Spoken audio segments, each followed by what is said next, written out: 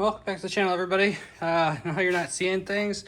I did not buy another red convertible E46. This is actually the one that I just sold. Well, sometimes they come back. I actually kind of joked when I was filming the outro to the last video that it would be back because it is a cheap car and they'll always need something. Didn't expect it to be back this soon, but it is what it is. And here it is. So why is it back? Probably because I did not do the number one thing that I always tell people to do when they buy an E46 and they don't have history, replace the cooling system. It's developed a coolant leak. Last night, he said he was starting to see some steam. Saw the temp needle start to climb, shut it down, got it in a parking lot. Did not get overheated. He didn't drive an hour or anything like that and warped ahead, as far as I can tell. It's just leaking right back out as fast as he can pour it in is what he tells me. So we probably have a cracked expansion tank or hose. Now, in my defense, there were receipts for some of these components haven't been done, and they didn't look too bad. So that was the main reason why I didn't go ahead and just do the E46 cool kit that I always like to do.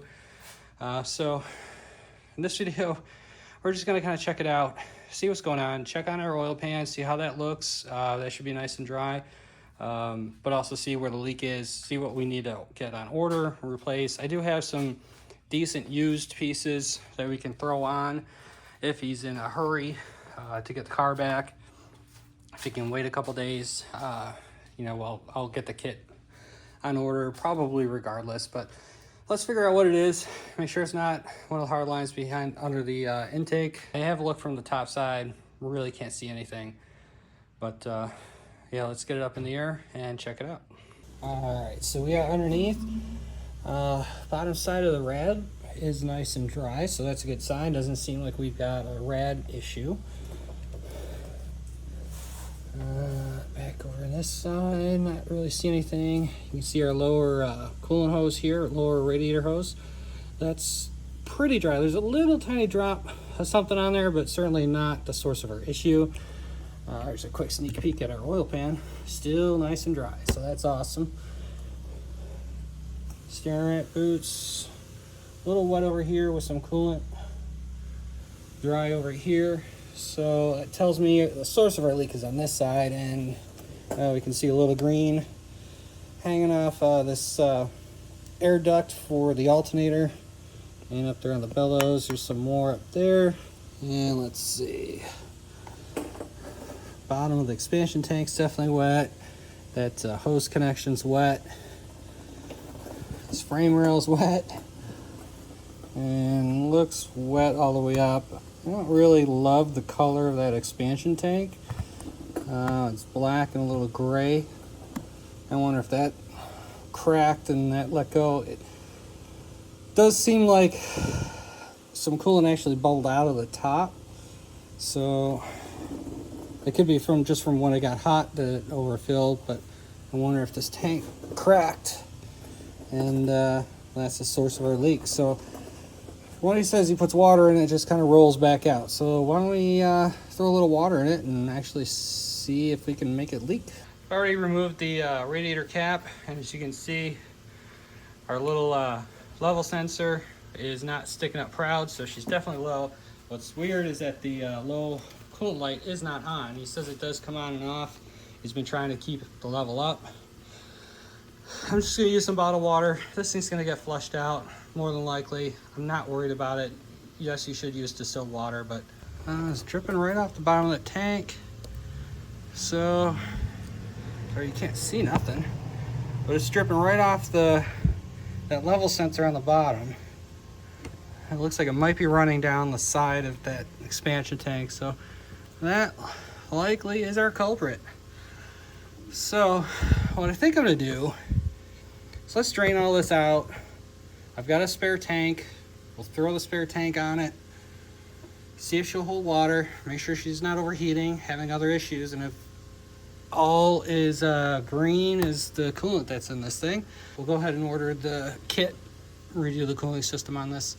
Yeah, here you can see it's already, you know, it's dripping just from that half bottle of water. So that's likely our issue, is that expansion tank popped. You get the air box out of the way, take a better look at it.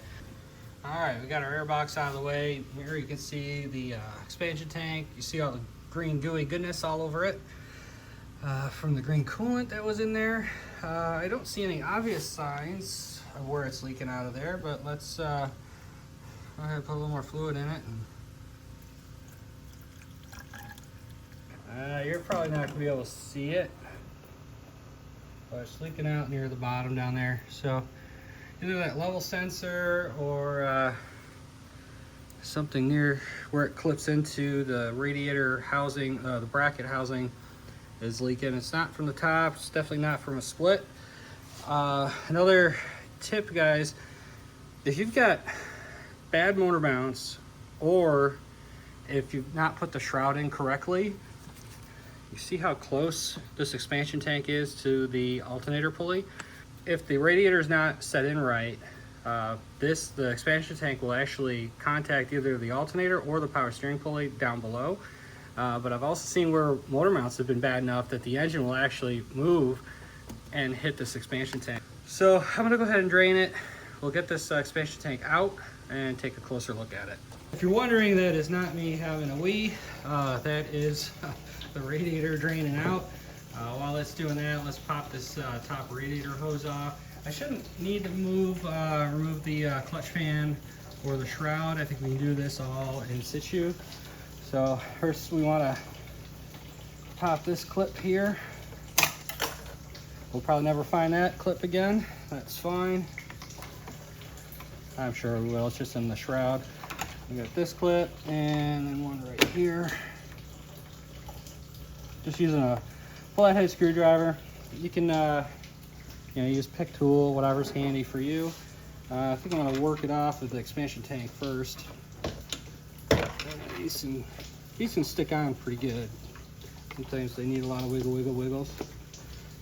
It's loose on the small hose. Where's she on there? There we go. We're off the expansion tank.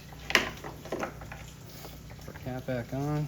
We get this hose off. So here's what I was saying, that the Ryan stamp, the Ryan Automotive. So this is not a original. I use a lot of Ryan parts. There's nothing wrong with them. They're just telling me that someone has replaced this. And like I said, in the receipts, there are notes about some of these components being replaced. I just don't remember which offhand. All right, and we got a hose.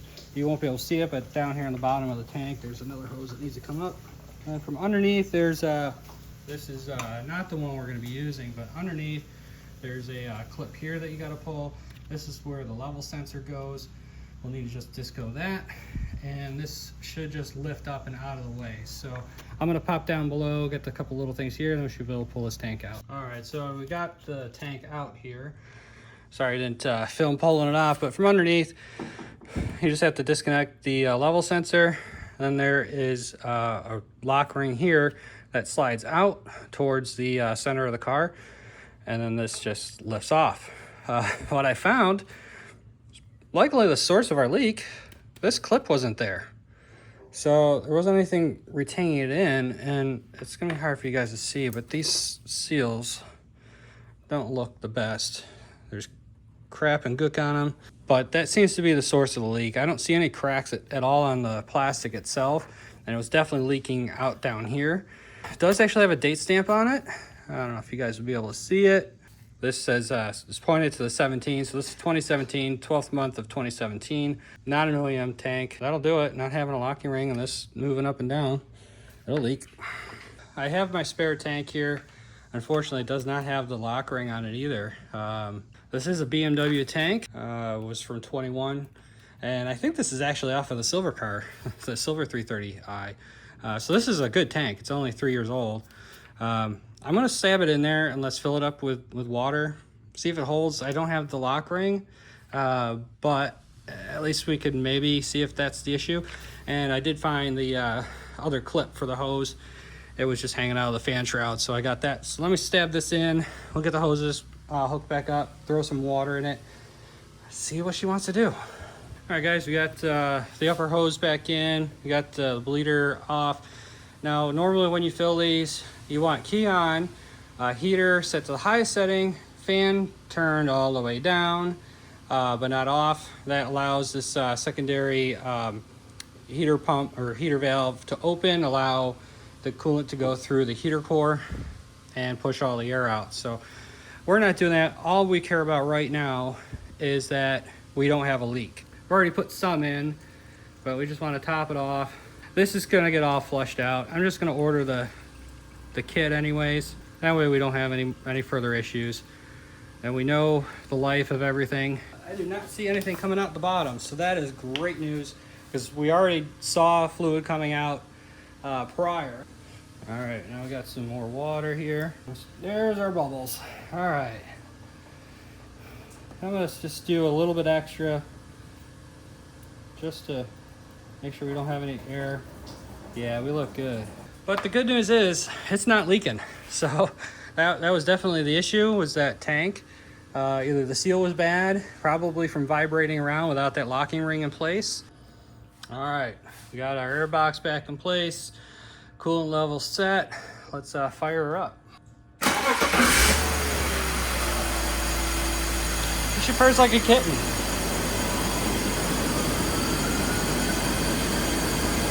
So we're gonna go ahead and let this thing warm up for a little bit. Make sure we don't have any further leaks. Still looks pretty good underneath. Just a little drips from where I poured some water to clean up the mess. So let's get this thing going. So we've been running here for a few minutes. Looks like we're right in the center, right where we're supposed to be. No overheating. Underneath, no drips. So this looks like that's all it was. That expansion tank wasn't sealing. Likely from that clip missing, it probably wallered out the seals inside and just started pissing.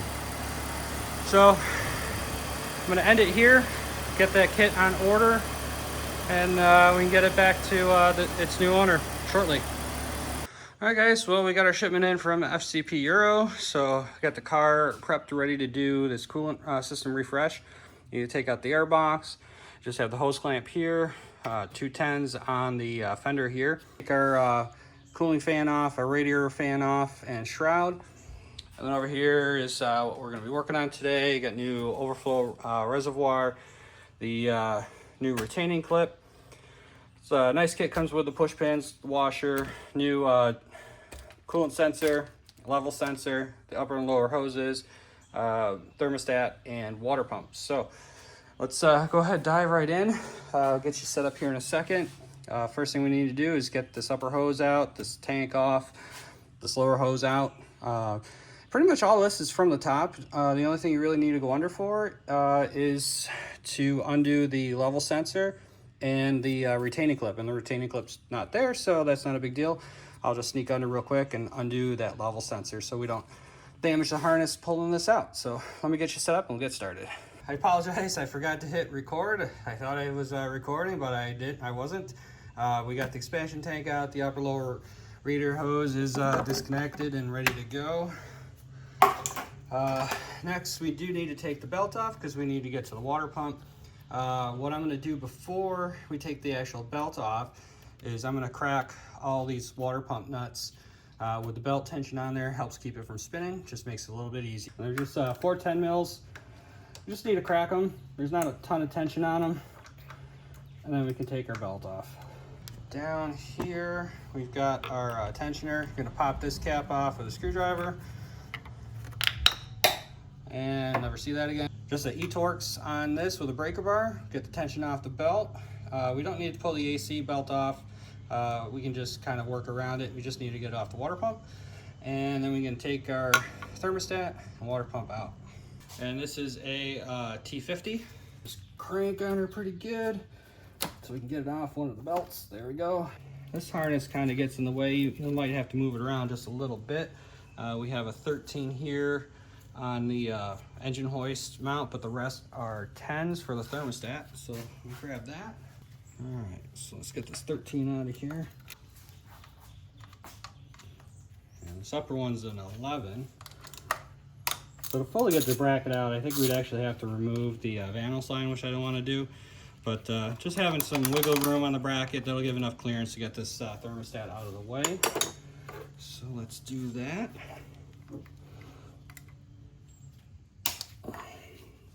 And as usual, I like to crack everything first. Gives it a little more stability when if you got like a stuck bolt. There's one down here too.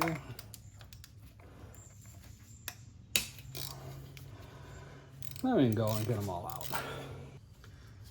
All right, we got those bolts all out. So now we just gotta break it. The seal should come off pretty easily. And now we got our old thermostat. So let's see, do we see any markings on it? Made in Germany, that's a good sign. All right, so yeah, made in Germany, it's a bear. And I don't know if you guys could see it, but it looks like, yeah, like 10 of 18. So not too long, not too old, 6 years old almost. But about time to do it. They recommend 8 to 10 years. This one still looks pretty good. We might save it as a spare, I don't know. All right, so now we need to get this water pump pulley off. Yeah, there's a chip in this one. I think I might grab one off parts bin. So now we just need to undo these 410s on the pulley. You can just hand hold it, get them loose, and you can just get them out with your fingers. Probably not a bad idea to just order the pulley when you do your cool kit anyways. These are plastic and they can crack. They're just gonna use a little proper action. We're not gonna go hog wild on it. Just go around, there we go. A couple different spots should pop off. Don't really see any cracks in it other than that chip. To get the water pump off, you got 4 perimeter bolts, nuts actually. And once those are off, I don't know if you can see, but there's 2 spots here on either side that you can thread the thermostat housing bolts into, and it helps push that water pump off the front timing cover. So we'll go around, crack all these. All right, we've got our water pump bolts out. So you see this is, oh, actually it's loose. Holy cow.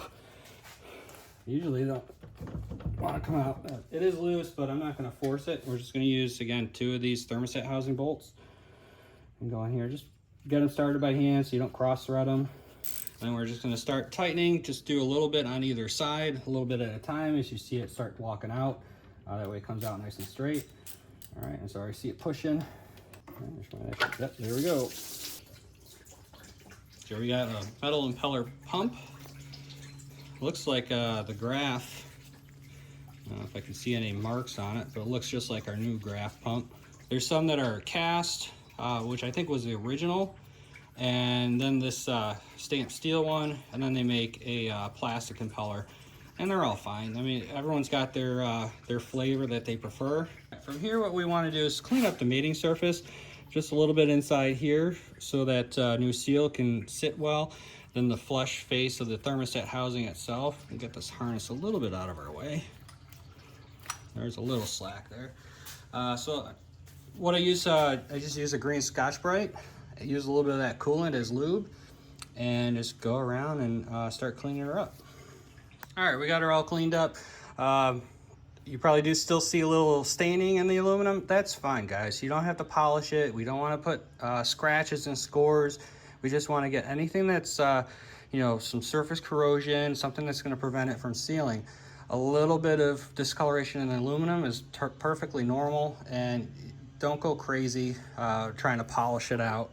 This is the new Graph water pump. You see it's the same style. So I'm sure that this old one is probably a Graph as well. Put that aside. We take our new one, and these do only go one way. So just make sure you have it oriented or it won't go on. Lube up this O-ring with a little bit of this coolant that's still in the block here. You can use some like Steel Glide or something like that too, but usually coolant for me works just fine. All right. Now, because this seal is so new, you see how it's nice and round. Let me get you this way, and it's you know, nice domed. When you look at the old one, and it's all flattened out. So stick this in here, and you might have to you know, just start a couple of these just to get it to hold on, and then you know, just evenly go around trying to walk this thing in. So I can get just a couple threads on each of these, All right, I got all 4 started, so I'm just gonna walk around, you know, maybe probably diagonally a little bit, just to draw this in. We wanna go in nice and smooth and not bind it up. I like doing this by hand because you get a good feel for it. You know, it's not too fast, so you can't see what's going on. The electric, you know, ones are nice for zipping things on and off, but this small hardware stuff, I like doing it by hand. That way you don't have it cross-threaded, you don't snap something off, over torque it. What do you guys think? Do you like using hand tools or air or electric ratchets? So we're just gonna go with boot and tight. You know, you'll develop a mechanic's feel as you do this a couple times where, you know, you feel it snug, and if you torque a little more, it's gonna snap. So we don't want that. That all set, went around. They're nice and tight. Got our new pulley here. So we'll put that on. Again, this is one directional as well. And you see how fast this is, guys. I mean, we're more than halfway done. We're already on reassembly. So this is a super easy job you guys can do to your E46. These all up by hand. You just hold the pulley. And there's not a lot of torque on these. Doing a crisscross pattern on this too, just again to make sure everything's seating nicely. And I'll just go around, make sure that I didn't miss one. All right, that's good. Now we can throw our belt back on. All right, so we got it routed. Again, just make sure you get the belt at least looped around this tensioner as you're moving that back and forth. That way you don't have to fight trying to get a belt around the breaker bar that you're using. And just make sure that you have it routed the right way, you know, flat side against a smooth surface, the ribs and a ribbed pulley. And then you can verify the diagram online pretty easily. So next step, we need to get our thermostat back in. So we got this ready to go back in. So just get it up in place. Make sure you get underneath that hanger for the engine hanger there. That just kind of goes right in place, and we can grab one of the bolts. I'll grab this 13 because it's right there.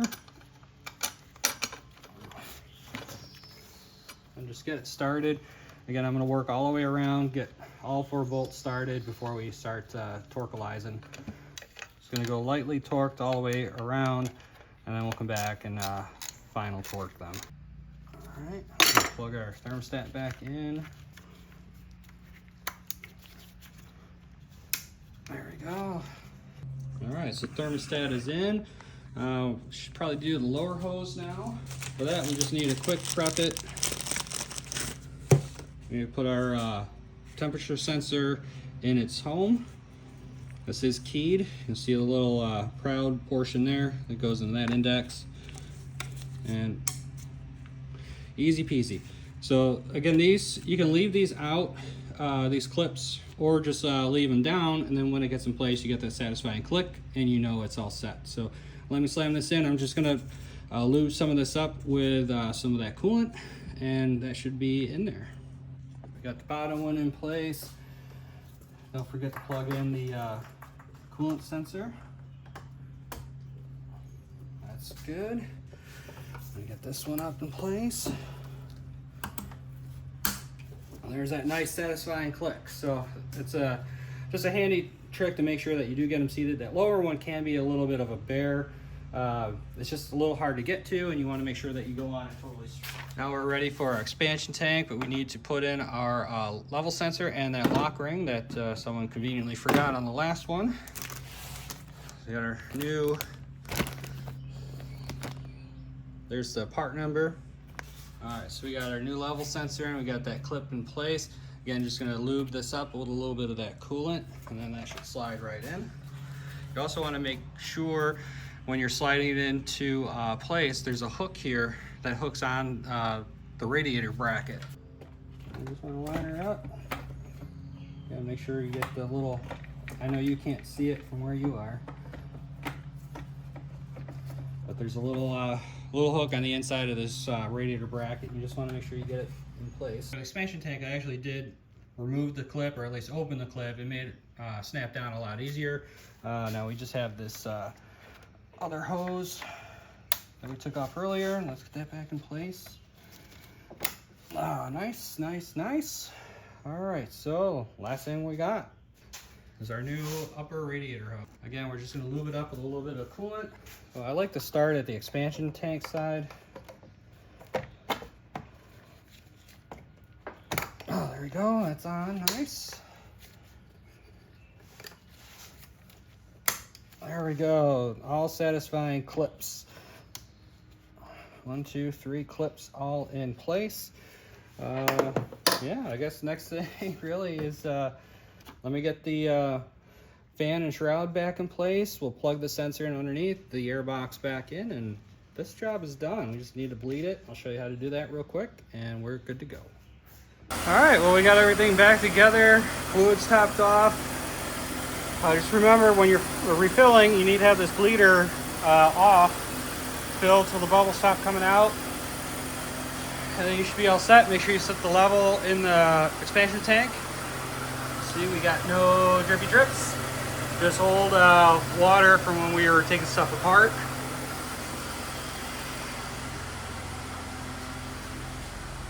And inside, we're right at normal operating temps. So we are good to go. I call the new owner, tell him it's ready for him to pick it up, and then go back into service. So I'm gonna wrap this one up, guys. Appreciate you all watching. Sometimes they do come back, but this is a quick, easy fix, and you should be pretty well sorted for some time, especially with the cooling system. So again, everyone, thanks for watching. Appreciate it. Make sure you like and subscribe if you like this content. There's also a join button if you want to support the channel that way as well. And other than that, I will see you in the next one.